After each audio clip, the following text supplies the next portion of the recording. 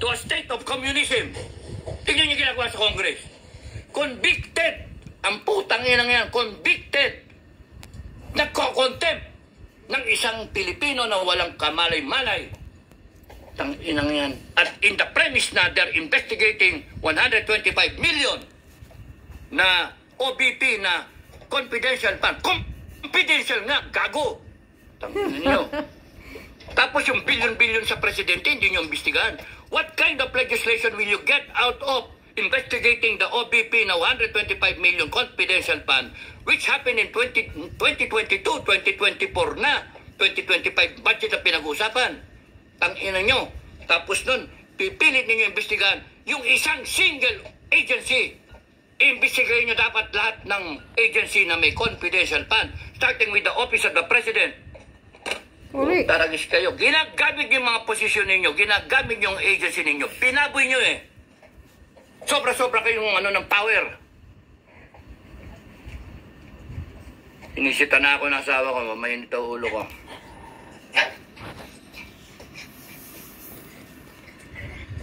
One time, big time. Tapusin na natin to.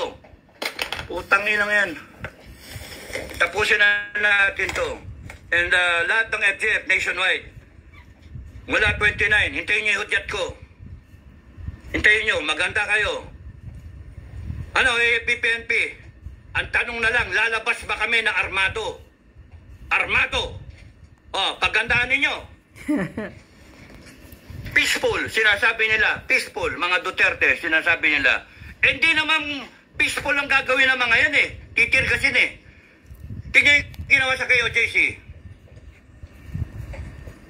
Tanginang yan. Yun na lang pag-uusapan namin eh. Kung lalabas kaming armado o hindi eh. Kung makikisaw-saw kami dyan sa rally na yan na walang armas. For the sake of peace, peace ba? Kayong mga Pilipino, hanggat hindi kayo lumalaban, naghihintayan eh, naghihintayan. AFP, hinihintay kayo. Kayo, naghihintay kayo ng AFP.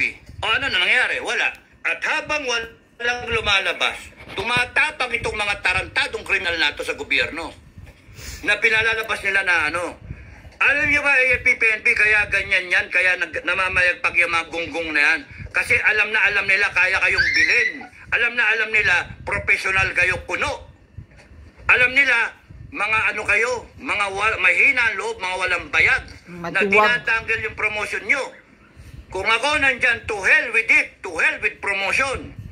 Ang paglalaban natin ay yung taong bayan. Ang paglalaban natin, yung future ng bansa natin. Every day that you delay your action, every day that you defer, what you should have done a long time ago for the Filipino people, hindi na nakaw yung pera. Kasalanan ninyo ngayon. Correct. And every day that goes by na hindi kayo kumikilos sa armed forces at PNP, you are tolerating, you are showing that you are tolerating the wrongdoing in government. To hell with that bullshit na sinasabing we are professionals. Hindi kami makikasawsaw. Putang inang yan. Exactly. You are professionals. Anong klaseng professional yun? Nakikita nyo, ninanakawan yung bansa ninyo. Professional. Nakikita nyo, durugista yung presidente nyo. Na hindi nyo man lang sabihin na, oy puta na, magpa-hair follicle drug test ka, gago. Lahat kayo. Puta ragis. Is that being professional? Ha? Nakawan yung bansa natin. Bangkarote na tayo, nagbebenta na tayo ng ginto eh. Kaya nga, bankrupt ng Pilipinas. Kita niyo yung walang ka-husti-hustisya?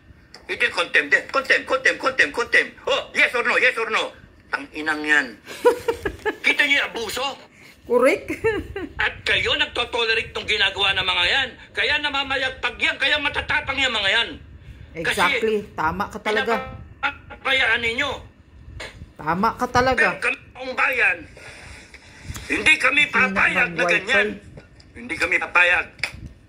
Galit na galit ako. Galit na galit ako. Yes, take over the, ikodita natin ang kongreso.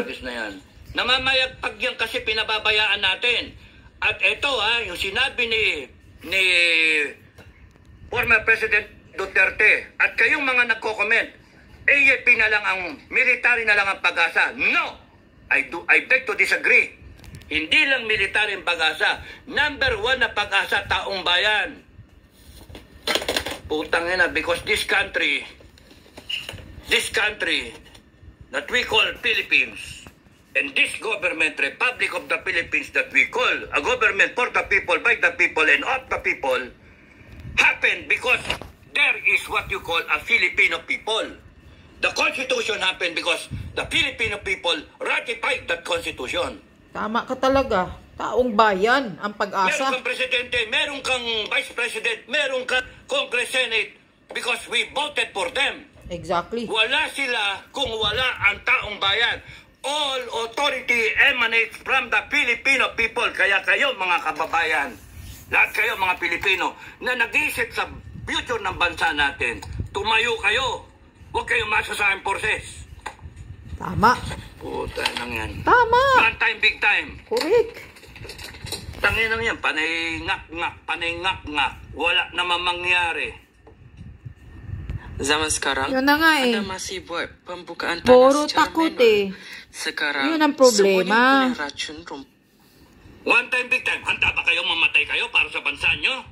O panay Exactly. salita lang? Handa ba kayo? Na pagkaniratrat kayo, wala na, takbo na kayo. Kasi gagamitin nila ang PNP tsaka AFP. Oh, pananakot sa Gagamitin nila. taong bayan. And you have to stand for your rights, Filipino people. Exactly. Hindi yung puta nga na iyak-iyak. Puta na ba? Hindi nyo alam yung ano ninyo, karapatan nyo? Hindi nyo alam yung kapangyarihan ninyo? Lahat ng gunggong na yan nasa ilalim nyo eh. Konstitusyon nasa ilalim ng taong bayan eh.